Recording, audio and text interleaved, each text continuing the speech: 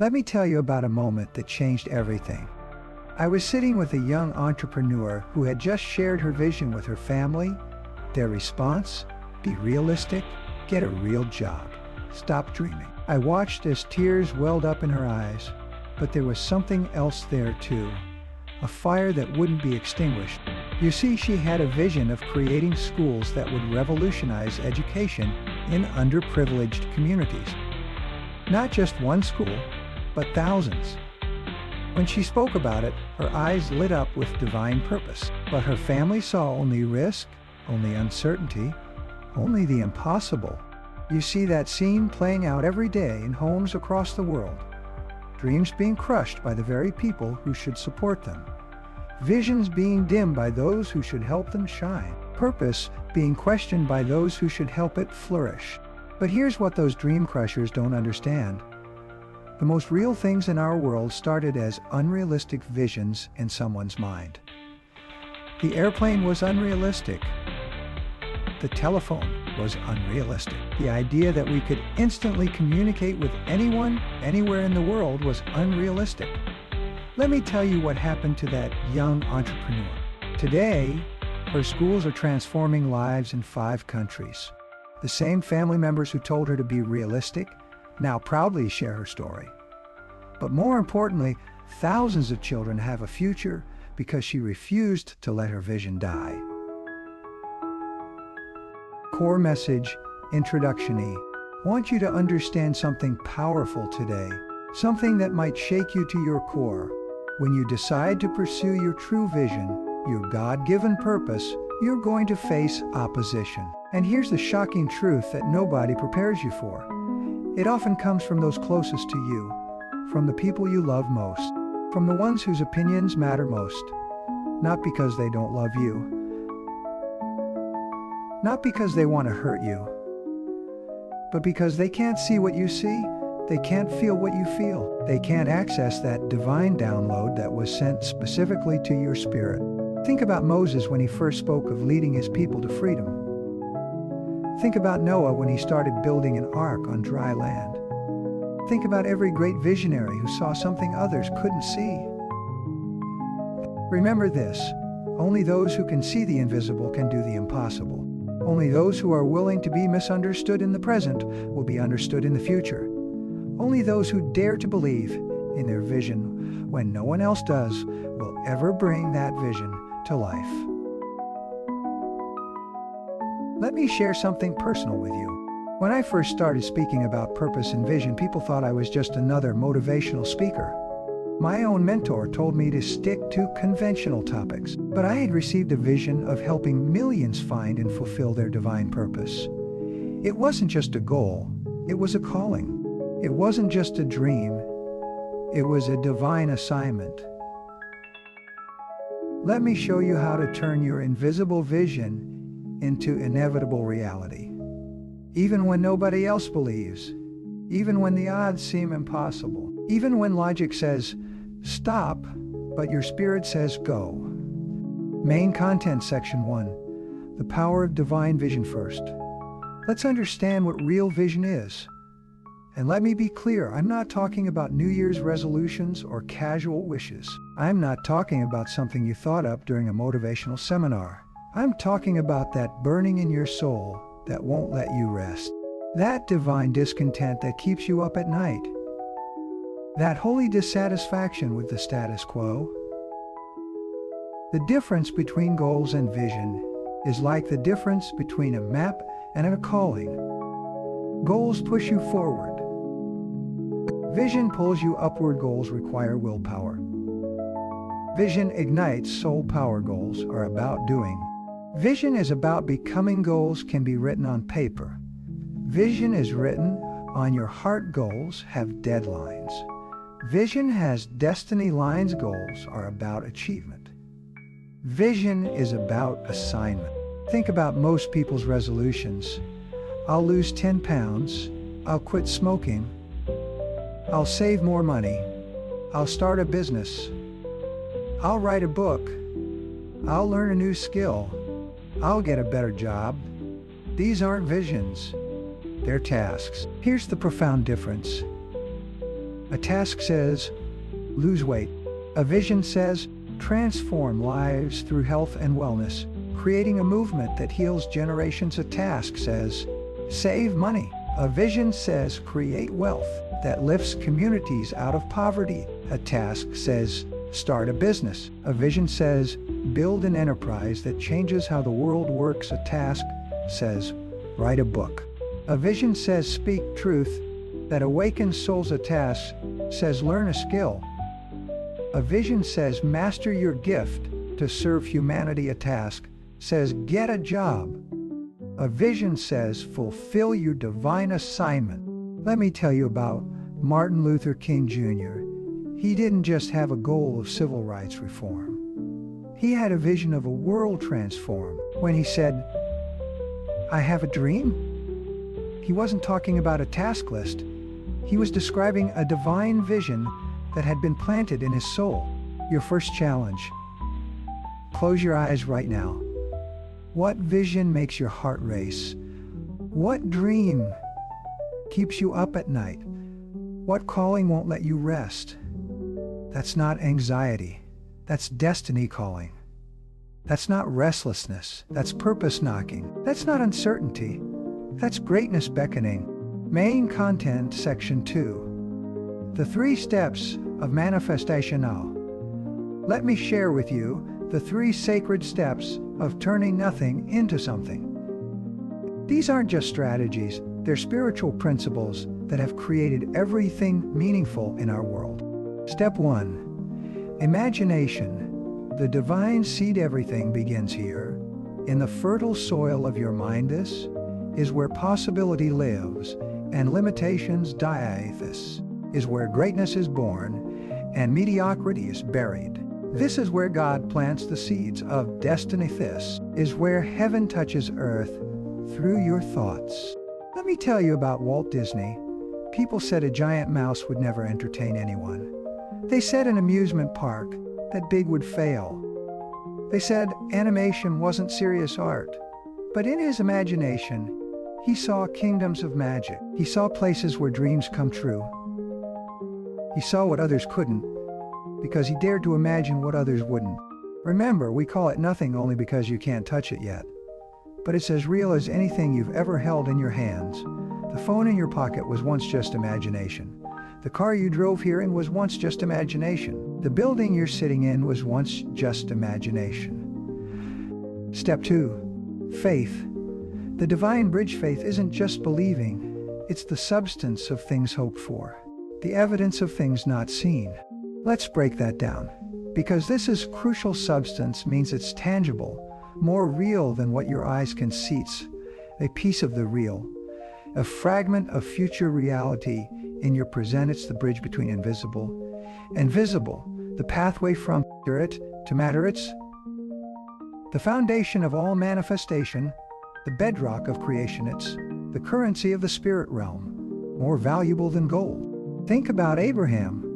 God promised him descendants as numerous as the stars when he didn't even have one child. That wasn't just optimism. That was faith. That wasn't just positive thinking. That was divine vision. Step 3. Disciplined activity. The divine partnership. This is where most people fail. They have the vision. They might even have the faith. But they stop short of the work. They want the miracle without the movement, the breakthrough without the battle, the promise without the process. Remember this equation. Faith plus action equals reality. Mountains move, seas part. Visions manifest. Faith minus action equals fantasy. Dreams die, visions fade. Purpose sleeps. Vision plus work equals victory. The impossible becomes inevitable. Vision minus work equals void. The divine seed never sprouts. Your second challenge. Write down your 3 steps, your divine action plan. What you can imagine. Let your spirit soar beyond earthly limitations. What you choose to believe, even when evidence says otherwise. What actions you'll take today. Not tomorrow, not someday, but now. What price you're willing to pay. Because every vision demands sacrifice. What opposition you'll face. Because every promise faces resistance, what faith you'll maintain when the storms come, and they will come. Main content section 3. The pull of vision. Here's something crucial about motivation that most people miss. A spiritual principle that changes everything. There are two types of motivation, push and pull. One is human, the other is divine. Push motivation requires willpower, and willpower always fails, drains your energy, because it's fighting against your nature, eventually fails. Because it's built on human strength, feels like struggle. Because it's not aligned with your purpose, it creates burnout. Because it's working against divine flow, leads to frustration. Because it's forcing what should flow. Pull motivation comes from vision, divinely planted in your spirit, energizes you. Because it's aligned with your purpose, sustains itself. Because it's powered by something greater than you, feels like destiny. Because it is destiny, creates momentum. Because it's working with divine flow, leads to fulfillment. Because it's your true calling. Think about it. Do you have to force yourself to eat food you love? No, you're drawn to it. Do you need willpower to do things you're passionate about? No, you're pulled toward them. Do you struggle to work on projects that excite you? No, you can't wait to begin. Do you have to be pushed to pursue your divine purpose? No, it pulls you forward. Let me tell you about Mother Teresa.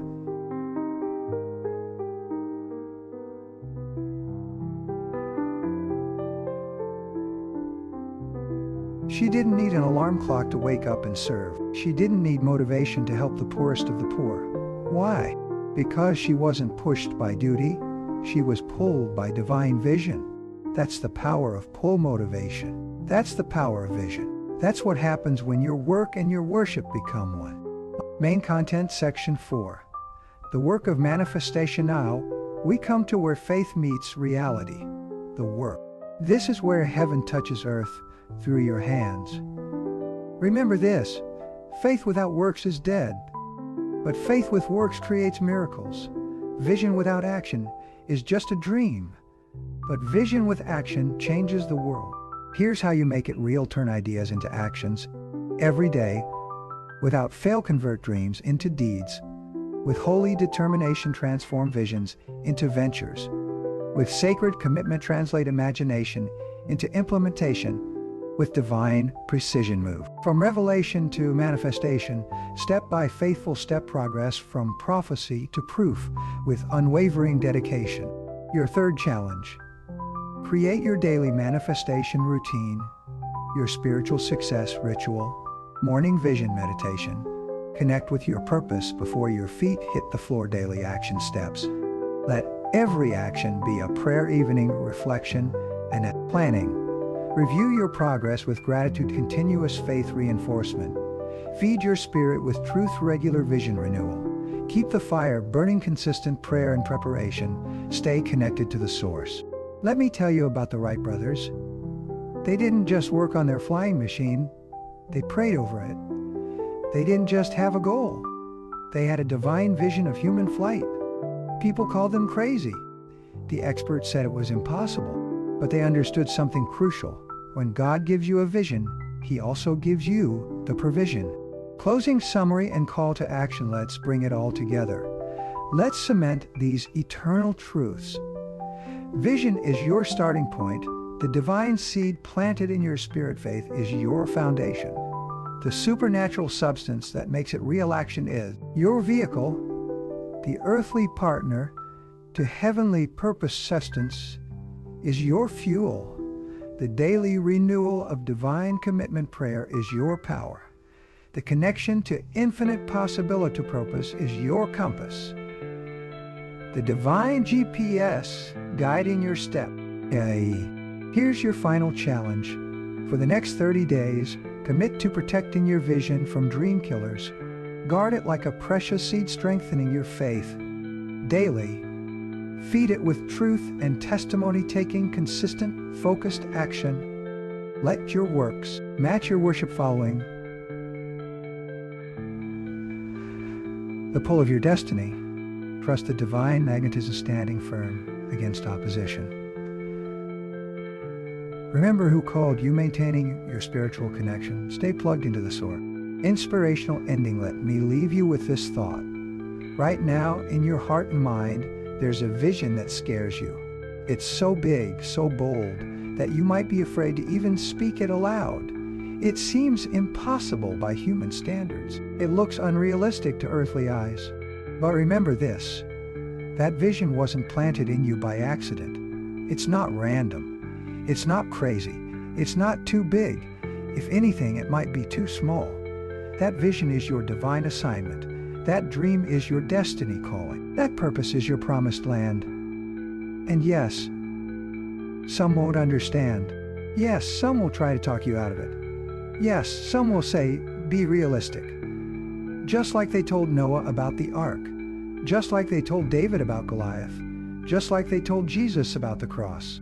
But ask yourself this, would you rather be realistic and live with regret, or be faithful and live your destiny?